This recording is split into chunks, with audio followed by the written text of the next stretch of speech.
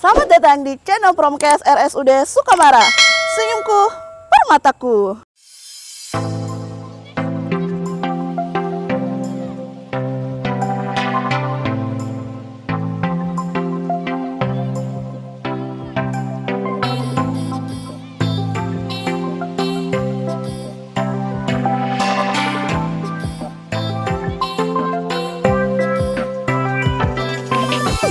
Hai Healthies, perkenalkan saya Devi, anggota PPI RSUD Sukamara. Pada kesempatan ini saya akan memberikan informasi mengenai cara etika batuk yang baik dan benar. Etika batuk itu merupakan cara paling penting dalam mengendalikan penyebaran infeksi di sumbernya. Berikut cara-cara etika batuk yang baik dan benar.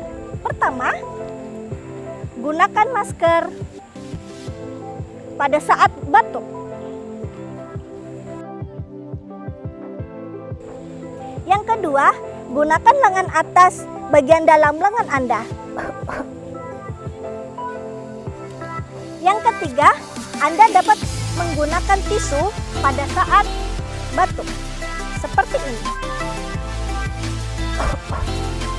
Yang keempat, jangan lupa buang tisu pada bak sampah infeksius yang berplastik kuning. Yang kelima, cuci tangan Anda menggunakan sabun dan air yang mengalir. Ingat, jangan batuk dan buang dahak pada sembarang tempat.